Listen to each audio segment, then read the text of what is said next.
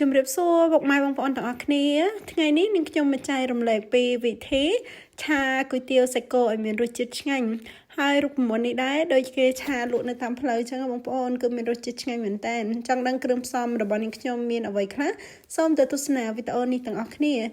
ជាដំបូងនេះខ្ញុំមានជាមួយនឹងគុយទាវស្រស់គុយទាវនេះចំនួន4ខាំហើយយើងយកមកប្រឡាក់ជាមួយនឹងទឹកស៊ីអ៊ីវខាប់សិនដើម្បីឲ្យឡើងពណ៌ក្រមៅស្អាតណាបងប្អូនអញ្ចឹងយើងប្រឡាក់ឲ្យសព្វល្អទៅបើសិនជាបងប្អូនអត់មានជាមួយនឹងទឹកស៊ីអ៊ីវខាប់ទេមិនបាច់ដាក់ក៏បានដែរព្រោះវាអត់មានរសជាតិអីទេវាគ្រាន់តែជួយឲ្យពណ៌ស្អាតតែប៉ុណ្ណោះបន្ទាប់មកយើងយកគុយទាវនឹងទៅឆាជាមួយនឹងពងមាន់សិនណាបងប្អូននេះខ្ញុំដាក់ពងមាន់ចំនួន2គ្រាប់ហើយឆាវាឲ្យរៀងឆ្អិនបន្តិចចឹងណាបងប្អូនហើយយើងរោយជាមួយនឹងម្សៅស៊ុបបន្តិចផងដើម្បីឲ្យពងមាន់របស់យើងនឹងមានជាតិណាបងប្អូន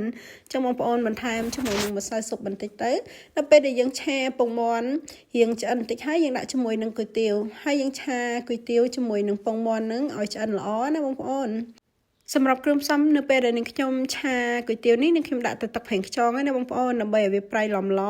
អញ្ចឹងយើងឆាគុយទាវជាមួយនឹងទឹកប្រេងខ្យងយើងសិនយើងឆាឲ្យឆ្អិនទៅ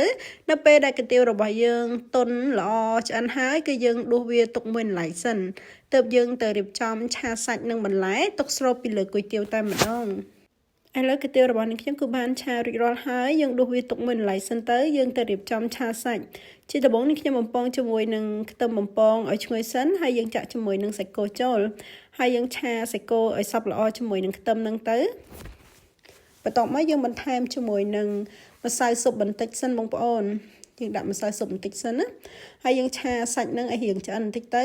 បើបងប្អូនអត់សូវចូលចិត្តឆ្អិនទេបងប្អូនប្រញាប់ដាក់បន្លែក៏បានដែរដោយសារតែនាងខ្ញុំមានទម្ងន់អញ្ចឹងហើយនាងខ្ញុំត្រូវការសាច់រៀងឆ្អិនបន្តិចបងប្អូននៅពេលដែលឆ្អិនបាននាងខ្ញុំដាក់បន្លែសម្រាប់បន្លែនេះដែរនាងខ្ញុំមានដូចជាការ៉ុតជាមួយនឹងស្ពៃក្តោប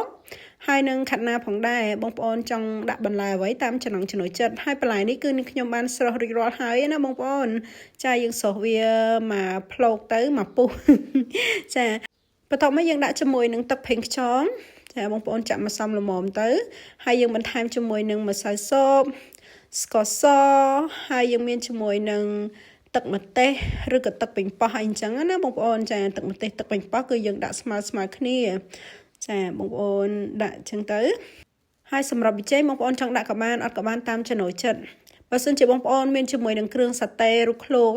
ចាគ្រឿងសាតេរូបឃ្លោកនៅស្រុកខ្មែរយើង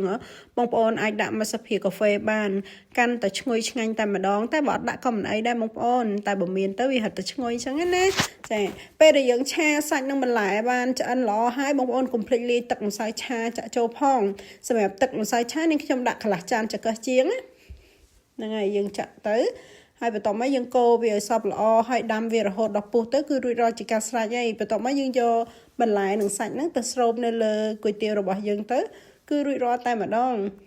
ហើយត្រង់កន្លែងហ្នឹងបងប្អូនភ្លក់មើលទៅបងប្អូនអាចបន្ថែមបន្ថយគ្រឿងផ្សំតាមចំណង់ចំណូលចិត្តរបស់បងប្អូនបានតាមបងប្អូនជួយចិត្តរសជាតិបែបណាអញ្ចឹងណាអញ្ចឹងនេះខ្ញុំសូមអរគុណបងប្អូនទាំងអស់គ្នាដែលបានទស្សនាវីដេអូនេះខ្ញុំពីដើមរហូតដល់ចប់បើពេញចិត្តនៅវីដេអូមួយនេះសូមជួយ like page follow page និងជួយ share ចែករំលែកឲ្យនេះខ្ញុំម្នាក់មួយផងណាដើម្បីទទួលបានវីដេអូថ្មីៗជារៀងរាល់ថ្ងៃអញ្ចឹងនេះខ្ញុំសូមអរគុណសូមជម្រាបលាជួបគ្នានៅវីដេអូក្រោយៗទៀតចាបាយបាយ